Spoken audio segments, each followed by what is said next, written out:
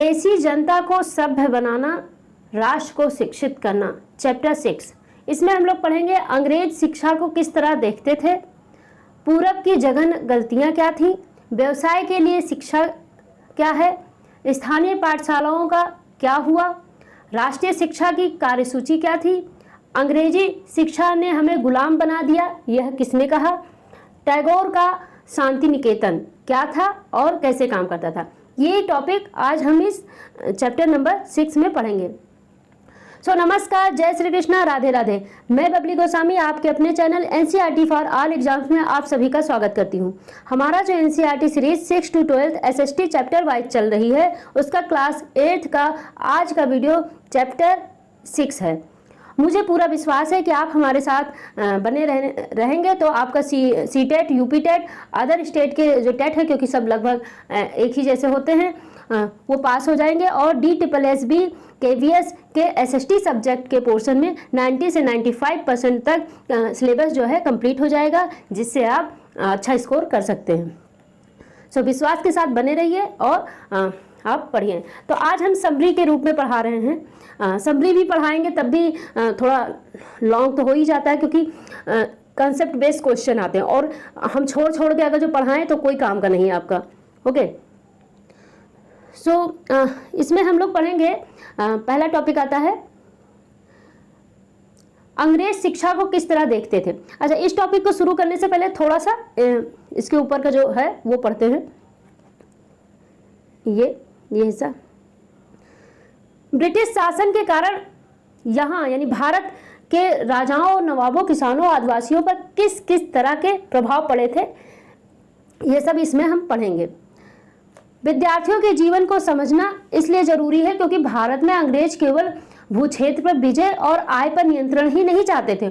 उन्हें लगता था कि उनका एक सांस्कृतिक मिशन भी है। क्या है वो आप पढ़ेंगे आगे। उनका एक सांस्कृतिक मिशन भी था, यह धार्मिक मिशन भी था। वे मानते थे कि उन्हें देसी समाज को सभ्य बनाना है, जो उस समय का समाज था उसको असभ्य समझते हैं, और उनके रीति रिवाजों और मूल्य सिद्धांतों को बदलना है। अब भैया इसको ऐसे समझ सकते हैं, जैसे जन्मदिन पर जो है यहाँ पहले हवन होता था, पूजा पाठ होता था, वहाँ पे केक कटने लगा, हैप्पी बर्थडे टू यू शुरू हो गया। तो ये सब चीज़ें ये करना चाहते थे, और आगे तो आप पढ़ेंगे इसमें। इसके लिए कौन से बदलाव लाए जाने थे? भारतीयों को शिक्षित, सभ्य और अंग्रेजों की सोच के मुताबिक, याद रखिएगा, अंग्रेजों की सोच के मुताबिक अच्छी प्रजा बनाने के लिए कौन सी प्रजा, नागरिक नहीं, प्रजा बनाने के लिए कौन से कदम उठाए जाने थे? अंग्रेजों के पास भी इन सवालों के कोई बने बनाए जवाब नहीं थे। इन सवालों पर कई दशक तक बहस चली। अच्छा, अंग्रेज ये सारी चीजें चाहते थे कि ऐसा हो जाए, भारत सभ्य जो उनकी हिसाब से सभ्य जिसको माना जाता है, हाँ, कि उनकी हर आज्ञा का पालन किया जाए और विद्रोह न किया जाए, और उनकी जो भी नियम कानून होंगे वो अच्छा माना जाए। तो वो सभ्य बनाना चाहते थे और अंग्रेजों की सोच के मुताबिक अच्छी प्रजा चाहते थे। अब ये चाहते थे, कैसे बनना ये नहीं, इनको भी नहीं पता था। बाद में क्या करते हैं, कैसे कैसे ये जो शिक्षा व्यवस्था है वो लाते हैं, ये सब हम और आप इसमें पढ़ेंगे। अच्छा, ये शब्द का मतलब पढ़ लेते हैं। भाषाविद, एक ऐसा व्यक्ति जो कई भाषाओं का जानकार और विद्यार्थी होता है, उसे भाषाविद कहते हैं। अच्छा, आगे बढ़ते हैं।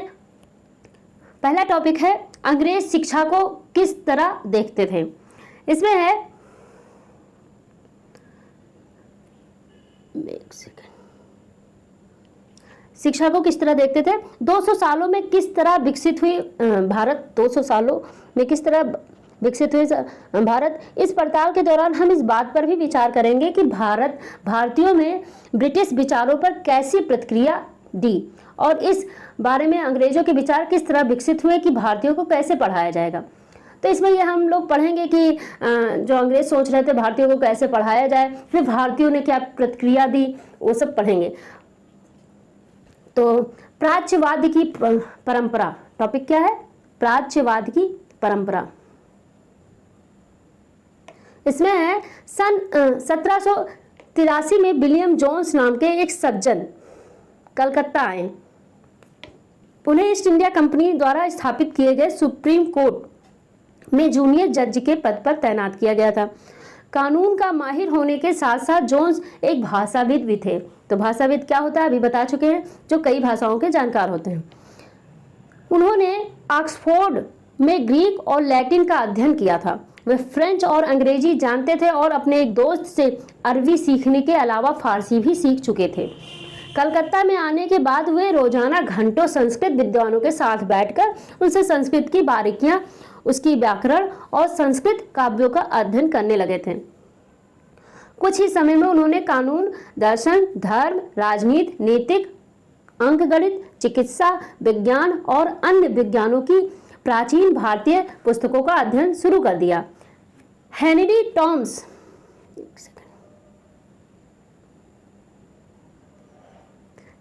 टॉम्स, कोलब्रुक और नेथेनियल हॉलबेक, नाम बड़े अजीब अजीब है।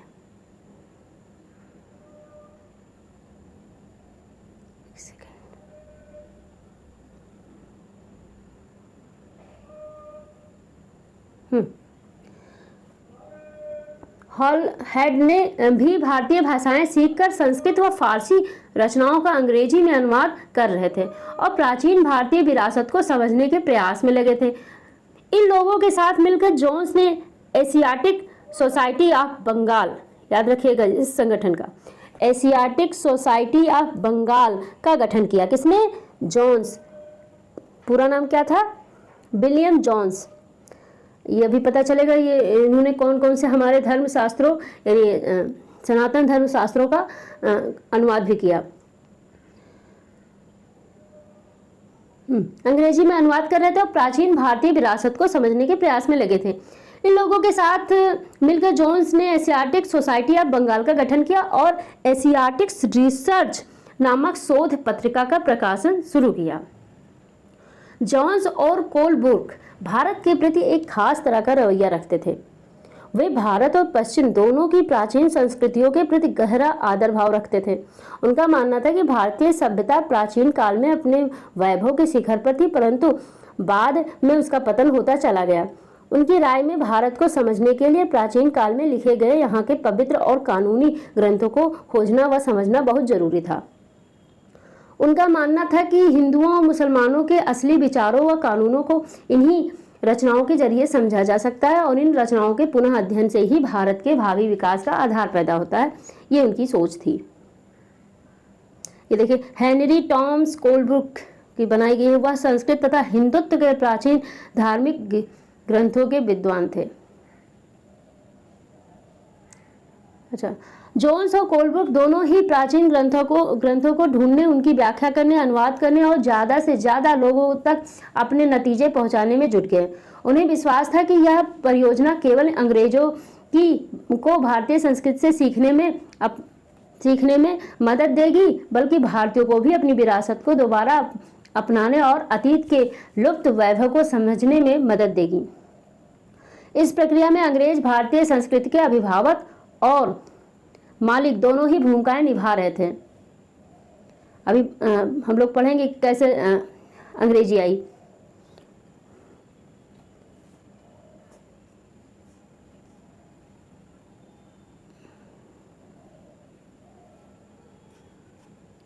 इन प्रयासों और विचारों को प्रभावित होकर कंपनी के बहुत सारे अधिकारियों ने दलील दी थी कि अंग्रेजों को पश्चिमी ज्ञान की बजाय भारतीय ज्ञान को ही प्रोत्साहन देना चाहिए।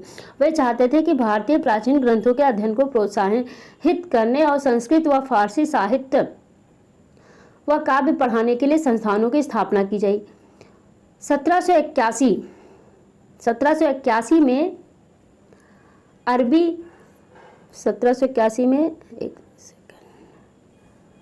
अरबी फारसी इस्लामिक कानून के अध्ययन को बढ़ावा देने के लिए कलकत्ता में मदरसा खोला गया।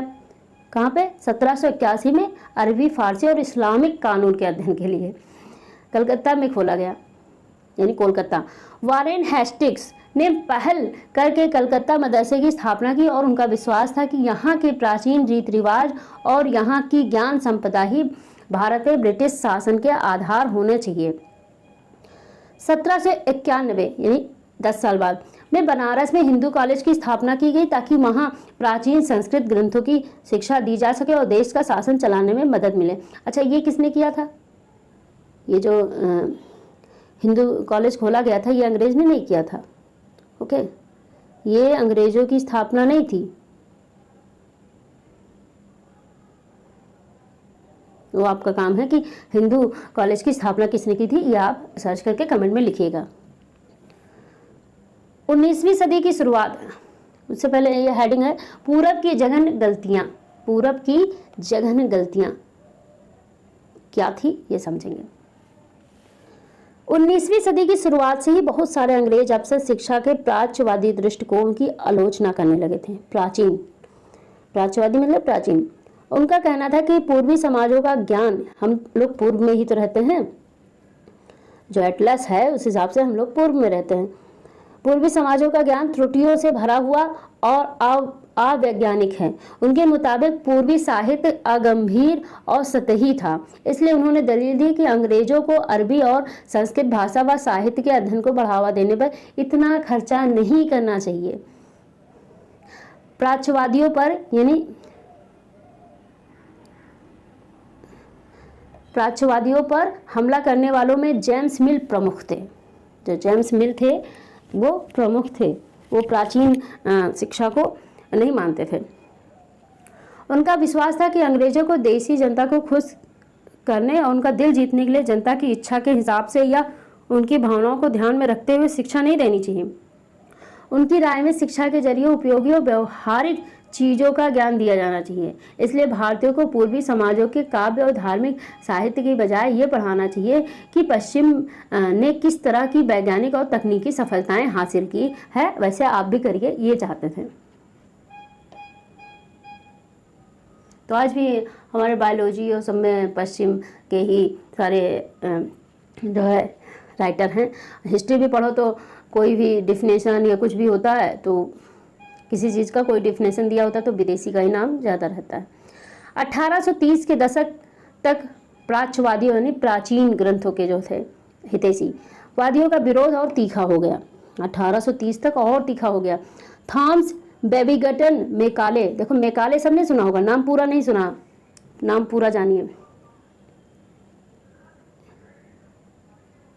थॉमस बेबिंगटन मैकाले इन आलोचकों में सबसे मुखर और प्रभावशाली विचारक थे। ये सबसे ज़्यादा मुखर तरीके से इसका विरोध किए।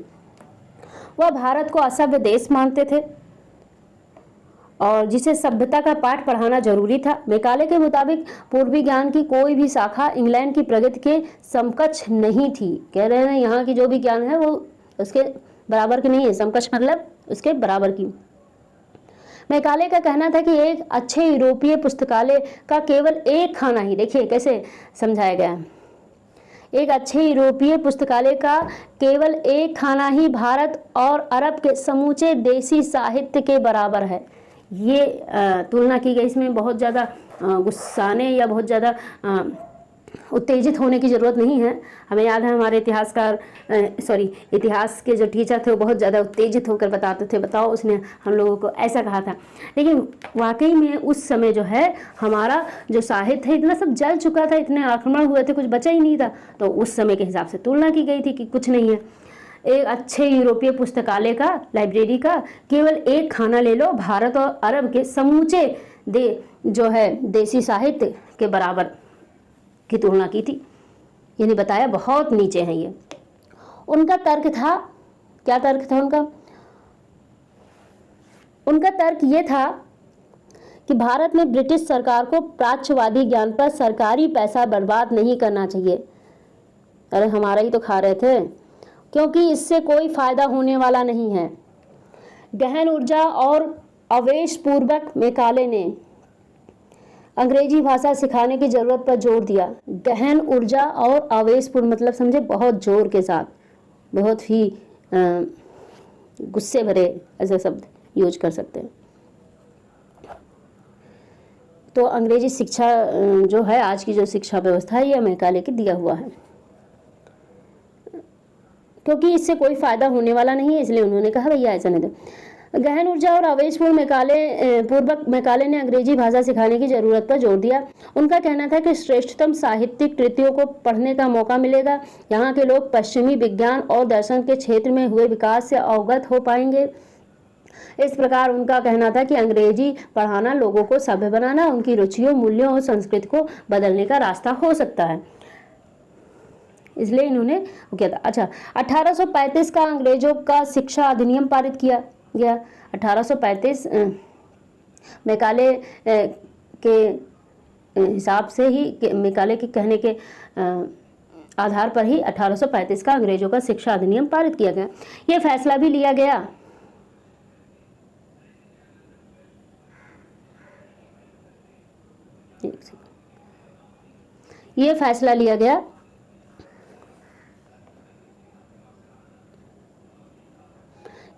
कि अंग्रेजी को उच्च शिक्षा का माध्यम बनाया जाए। उस समय क्या था, अंग्रेजी को उच्च शिक्षा का माध्यम बनाया जाए और कलकत्ता मदरसे तथा बनारस संस्कृत कॉलेज जैसे, क्या है, कलकत्ता मदरसे, बनारस संस्कृत कॉलेज जैसे प्राच्यवादी संस्थानों को प्रोत्साहन न दिया जाए। इन संस्थानों को अपने आप क्षरण का शिकार होते जा रहे अंधकार के मंदिरों की संज्ञा दी गई। क्या था, इन संस्थानों को अपने आप क्षरण यानी खत्म होते का शिकार होते जा रहे अंधकार के मंदिरों की संज्ञा दी। अब स्कूलों के लिए भी अंग्रेजी पाठ्य पुस्तकें छपने लगी। अगला टॉपिक पढ़ेंगे, व्यवसाय के लिए शिक्षा। इसमें 1854 में ईस्ट इंडिया कंपनी के लंदन स्थित कोर्ट ऑफ डायरेक्टर्स ने भारतीय गवर्नर जनरल को शिक्षा के विषय में एक नोट भेजा। कंपनी के नियंत्रक मंडल के अध्यक्ष चार्ल्स वुड के नाम से जारी किया गया। कौन कंपनी के नियंत्रक मंडल के अध्यक्ष थे? चार्ल्स वुड के नाम से जारी किया। इस संदेश को वुड का नीति पत्र यानी वुड डिस्पैच के नाम से जाना जाता है। तो ये याद रखिएगा, वुड डिस्पैच क्या है। तो इस दस्तावेज में भारत में लागू की जाने वाली शिक्षा नीति की रूपरेखा स्पष्ट करते हुए एक बार फिर दोहराया गया कि प्राच्यवादी ज्ञान के स्थान पर यूरोपीय शिक्षा को अपनाने से कितने व्यवहारिक लाभ प्राप्त होंगे। वुड डिस्पैच आगे हम लोग पढ़ेंगे। वुड डिस्पैच में यूरोपीय शिक्षा का एक व्यवहारिक लाभ आर्थिक क्षेत्र में बताया गया था। यूरोपीय शिक्षा देंगे तो एक व्यवहारिक लाभ जो है आर्थिक क्षेत्र में प्राप्त होगा, ये बताया गया था। उसके मुताबिक यूरोपीय शिक्षा के माध्यम से भारतीयों को व्यापार और वाणिज्य के विस्तार से महत्व समझने में मदद मिलेगी। ये सारी बातें थी। और अगला है 1854 के नीति पत्र के बाद 1854 में जो नीति पत्र आई थी इनकी, उसके बाद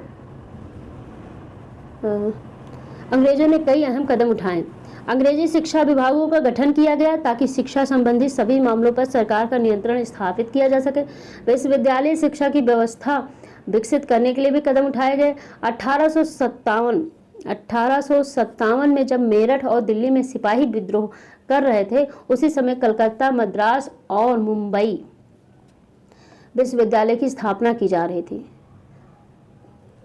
कलकत्ता, ये याद रखेगा कि जो है सिपाही विद्रोह के समय सिपाही विद्रोह कहा गया, लेकिन प्रथम स्वतंत्रता संग्राम भी बोला जाता है। ये स्थापना की जा रही थी। स्कूली शिक्षा प्रणाली में परिवर्तन के प्रयास भी किए गए। आगे बढ़ते हैं। अच्छा, ये पढ़ लेते हैं, नैतिक शिक्षा की मांग थोड़ा सा पढ़ेंगे। 19वीं सदी में भारत में सक्रिय ईसाई प्रचारकों ने व्यवहारिक शिक्षा के पक्ष में दिए जा रहे तर्कों का घोर विरोध किया। प्रचारकों का मानना था कि शिक्षा का उद्देश्य लोगों के नैतिक चरित्र में सुधार लाना होता है और नैतिकता उत्थान केवल ईसाई शिक्षा के जरिए ही संभव है। 1813 तक ईस्ट इंडिया कंपनी भारत में प्रचारक गतिविधियों के विरुद्ध थी। यहाँ नहीं चाहती थी कि ईसाई धर्म के प्रचारक आएं। कंपनी को भय था कि प्रचारकों की गतिविधियों की वजह से स्थानीय जनता के बीच असंतोष पैदा होगा और लोग भारत में अंग्रेजों की उपस्थिति को शक की नज़र से देखने लगेंगे। ब्रिटिश नियंत्रण वाले भू क्षेत्रों में अपनी संस्थाएं न खोल पाने की वजह से प्रचारकों ने अंततः सेरामपुर में अपना मिशन खोला। सेरामपुर में यह इलाका डेनिश ईस्ट इंडिया कंपनी के नियंत्रण में आता था। डेनिश यानी डच वाले, अंग्रेजों की नहीं। वर्ष 1800 में एक छापखाना लगाया गया और 1818 में एक कॉलेज खोला गया। तो जो सबसे पहले ये मिशनरी स्कूल जो खुला, समझ लो डच्चों ने खोला, अंग्रेज ने नहीं खोला। 19वीं सदी के दौरान पूरे भारत में प्रचारक स्कूल खोले गए, परंतु 1857 के बाद भारत की ब्रिटिश सरकार प्रचारक शिक्षा को प्रत्यक्ष सहायता देने में आनाकानी करने लगी। 1857 के बाद सरकार को लगता था कि स्थानीय रीति रिवाजों, व्यवहारों, मूल्य मान्यताओं, धार्मिक विचारों से किसी भी तरह की छेड़छाड़ देसी लोगों को भड़का सकती है। अच्छा, ये देखिए, स्कॉटलैंड के ईसाई प्रचारक विलियम केरे, जिसने सेरामपुर मिशन की स्थापना में मदद की। सेरामपुर मिशनरी स्कूल था ये देखिए, ईसाई प्रचारक, ईसाई धर्म के प्रचारक हैं ये, ईसाई बनाने में। कलकत्ता के पास हुगली नदी के तट पर स्थित सेरामपुर कॉलेज देख लीजिए, सबसे पहला मिशनरी स्कूल सेरामपुर, ये देखिए।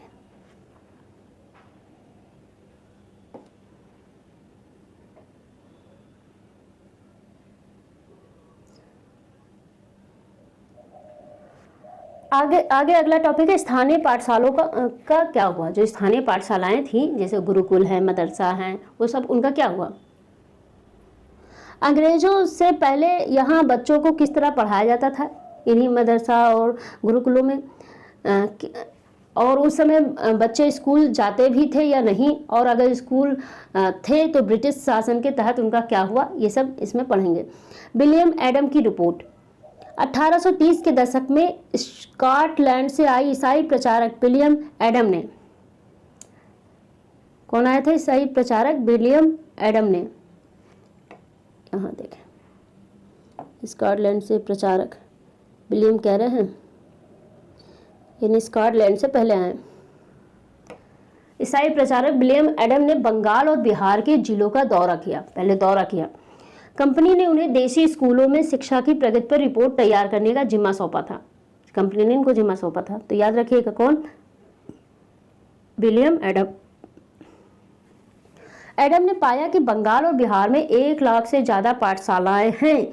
ये बहुत छोटे छोटे केंद्र थे जिनमें आमतौर पर 20 से ज्यादा विद्यार्थी नहीं होते थे। फिर भी इन पाठशालाओं में पढ़ने वाले बच्चों की कुल संख्या काफी बड़ी, यानी 20 लाख से भी ज्यादा थी। ये पाठशालाएं संपन्न लोगों या स्थानीय समुदाय द्वारा चलाई जा रही थी। कई पाठशालाएं स्वयं गुरु द्वारा ही प्रारंभ की गई थी। फ्रांसवा साल्विन नामक डच पेंटर 18वीं सदी की आखिर में भारत आए थे। याद रखना नाम,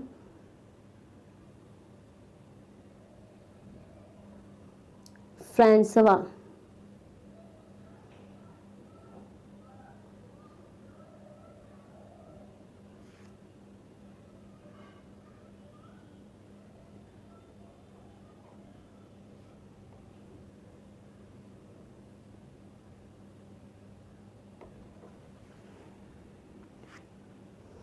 एक सेकंड लिख देते हैं।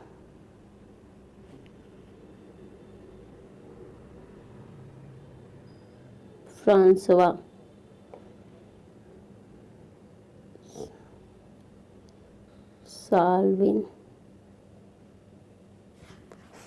साल्विन नामक डच पेंटर 18वीं सदी की आखिर में भारत आए थे। अपने चित्रों में उन्होंने लोगों के दैनिक जीवन को दर्शाने का प्रयास किया। एडम ने बताया क्या पाया, एडम ने पाया कि शिक्षा की लचीली प्रणाली स्थानीय आवश्यकताओं के लिए काफी अनुकूल है। उदाहरण के लिए फसलों की कटाई के समय कक्षाएं बंद हो जाती थी, क्योंकि उस समय गांव के बच्चे प्रायः खेतों में काम करने चले जाते थे। कटाई और अनाज निकल जाने के बाद पाठशाला दोबारा शुरू हो जाती थी। इसका परिणाम था कि साधारण काश्तकारों के बच्चे भी पढ़ाई कर सकते थे। अरविंद घोष, इनके बारे में पढ़ेंगे। अरविंद घोष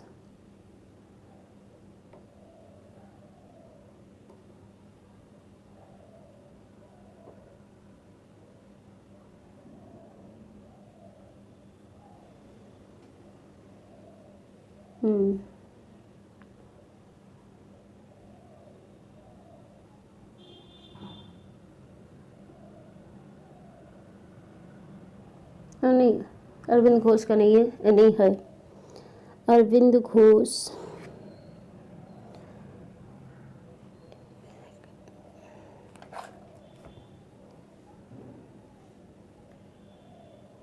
अरविंद घोष, इनके बारे में पढ़ेंगे थोड़ा सा कि 15 जनवरी 1908 को बॉम्बे जॉब मुंबई है मैं अपने एक संभाषण में राष्ट्रीय शिक्षा पर बोलते हुए कहा कि उनका लक्ष्य छात्रों में राष्ट्रीयता का भाव जागृत करना है। राष्ट्रीयता का भाव जागृत करना, इसके लिए अपने पूर्वजों के साहसिक कार्यों पर गहराई से चिंतन करना आवश्यक होगा। शिक्षा को मातृभाषा में होना चाहिए ताकि यह अधिक से अधिक लोगों तक पहुंच सके।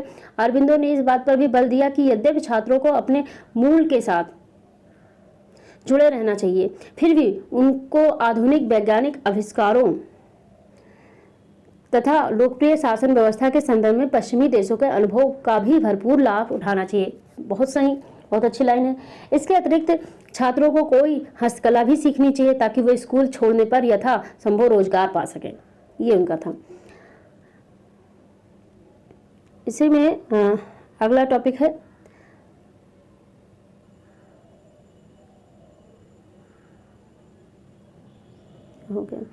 अगला टॉपिक है राष्ट्रीय शिक्षा की कार्यसूची। राष्ट्रीय शिक्षा की कार्यसूची। केवल अंग्रेज अफसर ही भारत में शिक्षा के बारे में नहीं सोच रहे थे। 19वीं सदी की शुरुआत से ही भारत के विभिन्न भागों के बहुत सारे विचारक शिक्षा के व्यापक प्रसार की जरूरत पर जोर देने लगे थे। यूरोप में आ रहे बदलाव से प्रभावित कुछ भारतीयों का मानना था कि पश्चिमी शिक्षा भारत का आधुनिकीकरण कर सकती है। उन्होंने अंग्रेजों से आह्वान किया कि वे नए स्कूल, कॉलेज और विश्वविद्यालय खोलें तथा शिक्षा पर ज़्यादा पैसा खर्च करें।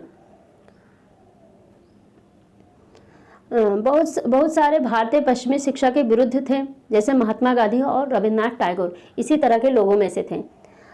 अब उनके बारे में पढ़ते हैं। अंग्रेजी शिक्षा ने हमें गुलाम बना दिया। कैसे? महात्मा गांधी का कहना था कि औपनिवेशिक शिक्षा ने भारतीयों के मस्तिष्क में हीनता का बोध पैदा कर दिया। ये बात बिल्कुल सही है। इसके प्रभाव में आकर यहाँ के लोग पश्चिमी सभ्यता को श्रेष्ठतर मानने लगे हैं और अपनी संस्कृति के प्रति उनका गौरव भाव नष्ट हो गया है। महात्मा गांधी ने कहा कि इस शिक्षा में विष भरा है, यह पापपूर्ण है, इसने भारतीयों का दास बना दिया है, इसने लोगों पर प्रभाव डाला है। उनके मुताबिक पश्चिम से अभिभूत, पश्चिम से आने वाली हर चीज की प्रशंसा करने वाले इन संस्थानों में पढ़ने वाले भारतीय ब्रिटिश शासन को पसंद करने लगे थे। बिल्कुल सही है, इसीलिए था भी ऐसी पढ़ाई की गई कि हाँ एक अच्छे सभ्य प्रजा बनी रही, नागरिक नहीं प्रजा। अच्छा, उस समय क्या होता था कि आगे जब आप इंटर में भी पढ़ेंगे तो आप देखेंगे कि जो पश्चिमी चीज़ आज भी तो है, ये इंग्लैंड का है तो बहुत है अच्छी, बहुत अच्छी है। विदेशी कोई चीज़ बता दो, विशेषकर यूरोप का, बहुत अच्छी, बहुत बड़ी बात है। और कह दो यहाँ का बना है तो कोई उसकी वैल्यू नहीं है। जैसे मेड इन चाइना बहुत बिकेगा, मेड इन इंडिया उतना नहीं बिकेगा। अब तो कहो मेड इन इंडिया का इतना ज़्यादा प्रचार किया गया है तो थोड़ा स्थिति सुधर गई है, लेकिन मेड इन इंडिया कोई तवज्जो नहीं देता है। मेड इन कोरिया लिख दो या मेड इन अमेरिका लिख दो, यूएस लिख दो, यूके लिख दो तो खूब चीज़ें बिकती हैं। तो ये सब जो मानसिकता आई है ये बहुत पुरानी है, बहुत पहले से आई है। महात्मा गांधी एक ऐसी शिक्षा के पक्षधर थे जो भारतीयों के प्रति प्रतिष्ठा और स्वाभिमान का भाव पुनर्जीवित करें। राष्ट्रीय आंदोलन के दौरान उन्होंने विद्यार्थियों से आह्वान किया कि वे शिक्षा संस्थानों को छोड़ दें और अंग्रेजों को बताएं कि अब वे गुलाम बने रहने के लिए तैयार नहीं हैं। महात्मा गांधी की दृढ़ मान्यता थी कि शिक्षा केवल भारतीय भाषाओं में ही दी जानी चाहिए। उनके मुताबिक अंग्रेजी में दी जा रही शिक्षा भारतीयों को अपाहिज बना देती है, लेकिन अपने अंग्रेजी में पढ़े थे। उसने उन्हें अपने सामाजिक परिवेश से काट दिया है और उन्हें अपनी ही भूमि पर अजनबी बना दिया है। उनकी राय में विदेशी भाषा बोलने वाले, स्थानीय संस्कृति से घृणा करने वाले अंग्रेजी शिक्षित भारतीय अपनी जनता से जुड़ने और तौर तरीके भूल चुके थे। ऐसा होता है, अंग्रेजी बोलना उस समय विशेषकर जानते थे जो वो कहते थे ये गलत है, ये अंग्रेज सही है, ये सब बातें। महात्मा गांधी का कहना था कि पश्चिमी शिक्षा मौखिक ज्ञान की बजाय केवल पढ़ने और लिखने पर केंद्रित है। उसमें पाठ्य पुस्तकों पर तो जोर दिया जाता है, लेकिन जीवन अनुभव और व्यवहारिक ज्ञान की उपेक्षा की जाती है। गांधी का तर्क था कि शिक्षा से व्यक्ति का दिमाग और आत्म विकसित होनी चाहिए। उनकी राय में केवल साक्षरता यानी पढ़ने और लिखने की क्षमता पा लेना ही शिक्षा नहीं होती है। इसके लिए जैसा कि केरल को लोग बोलते हैं बहुत पढ़े लिखे, अरे साक्षर हैं, पढ़े लिखे नहीं। साक्षर और पढ़े लिखे व्यक्ति में अंतर होता है। साक्षर उनको बोलते हैं जो पढ़ ले और लिख ले, तो पढ़ और लिख लेते हैं, समझ कितने लेते हैं वो केरल वाले जाने। इसके लिए तो लोगों को हाथ से काम करना पड़ता है, हुनर सीखने पड़ते हैं और जानना पड़ता है कि विभिन्न चीजें किस तरह काम करती हैं। इससे उनका मस्तिष्क और समझने की क्षमता दोनों विकसित होंगे। अब अगला टॉपिक है, ये हम लोग इनके बारे में पढ़ लिए। महात्मा गांधी, अच्छा ये देख लेते हैं। महात्मा गांधी और कस्तूरबा गांधी शांति निकेतन में रविन्द्रनाथ टैगोर और लड़कियों की एक टोली के साथ बैठे हैं।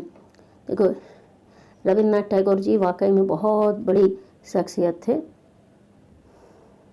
ये देखिए शख्सियत तो बन गई है वहां से बाद।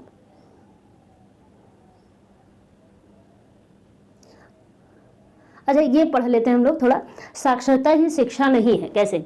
महात्मा गांधी ने लिखा था, शिक्षा से मेरा मतलब इस बात से है कि बालक और मनुष्य के देह, मस्तिष्क और भावना के श्रेष्ठ तत्वों को सामने लाया जाए।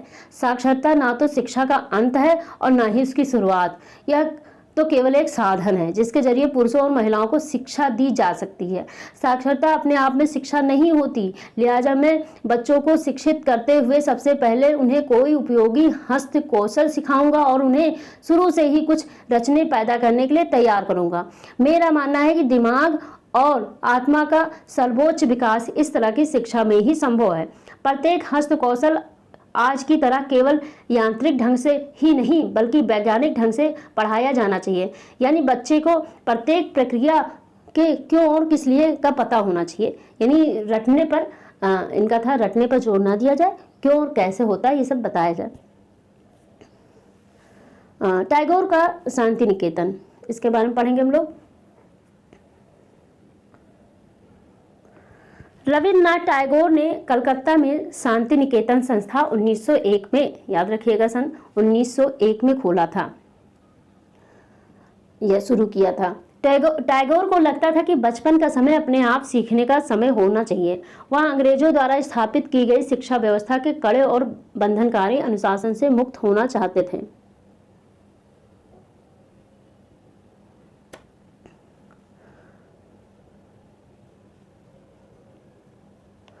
शिक्षक कल्पनाशील हो, बच्चों को समझते हो और उनके अंदर उत्सुकता, जानने की चाह विकसित करने में मदद दे। टैगोर के मुताबिक वर्तमान स्कूल बच्चे की रचनाशीलता, चकित होने के उसके स्वाभाविक गुण को मार देता है। आज भी वैसा ही है, बच्चा ज़्यादा क्वेश्चन पूछता है तो यही कहा जाता है समझ में नहीं आ रहा तुमको, मंद बुद्धि, ऐसा कुछ। टैगोर का मानना था कि सृजनात्मक शिक्षा को केवल प्राकृतिक परिवेश में ही प्रोत्साहित किया जा सकता है। इसलिए उन्होंने कलकत्ता से 100 किलोमीटर दूर एक ग्रामीण परिवेश में अपना स्कूल खोलने का फैसला लिया। यह जगह निर्मल शांति से भरी स्वाभाविक सृजनात्मक मेधा को और विकसित कर सकते थे। अच्छा ये कई बार लग रहा होगा कि क्या कहानी है, क्या पढ़ें इसमें, लेकिन अब जब क्वेश्चन आते हैं तो कुछ भी लिखा रहता है और उसी से जुड़ी कहानी ही रहती है। तो अगर कहानी पूरी नहीं पता है तो जोड़ के कड़ी कैसे जोड़ोगे, इसलिए पढ़ना तो पड़ेगा पूरा। बहुत से मामलों में टैगोर और महात्मा गांधी के बारे में कमोवेश एक जैसी राय देखते थे, लेकिन दोनों के बीच फर्क भी थे। गांधी जी पश्चिमी सभ्यता और मशीनों व प्रौद्योगिकी का उपासना का कट्टर आलोचक थे। टैगोर आधुनिक पश्चिमी सभ्यता और भारतीय परंपरा के श्रेष्ठ तत्वों का सम्मिश्रण चाहते थे। वो चाहते थे जो अच्छे हो वो ले लो, यहाँ का, भारत का, प्राचीन और पश्चिमी दोनों जो अच्छे अच्छे हो वो ले लो, यानी सम्मिश्रण चाहते थे। उन्होंने शांति निकेतन में कला, संगीत और नृत्य के साथ साथ विज्ञान और प्रौद्योगिकी की शिक्षा पर भी जोर दिया। 19वीं सदी के मध्य तक ईसाई प्रचारक और भारतीय सुधारवादी संगठन लड़कियों के लिए स्कूल खोलने लगे थे। कौन लड़कियों के लिए? ईसाई प्रचारक और सुधारवादी संगठन। 1870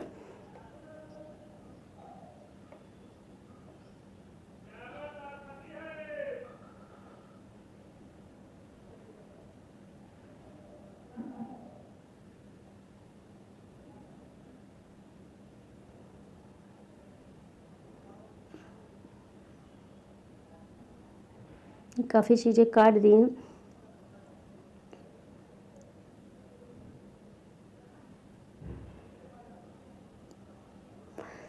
इस प्रकार बहुत सारे लोग इस बारे में सोचने लगे कि राष्ट्रीय शिक्षा प्रणाली की रूपरेखा क्या होनी चाहिए। कुछ लोग अंग्रेजों द्वारा स्थापित की गई व्यवस्था में परिवर्तन चाहते थे। उनका मानना था कि इस व्यवस्था को इस तरह फैलाया जाए कि उसमें ज़्यादा से ज़्यादा लोगों को पढ़ने के मौके मिले।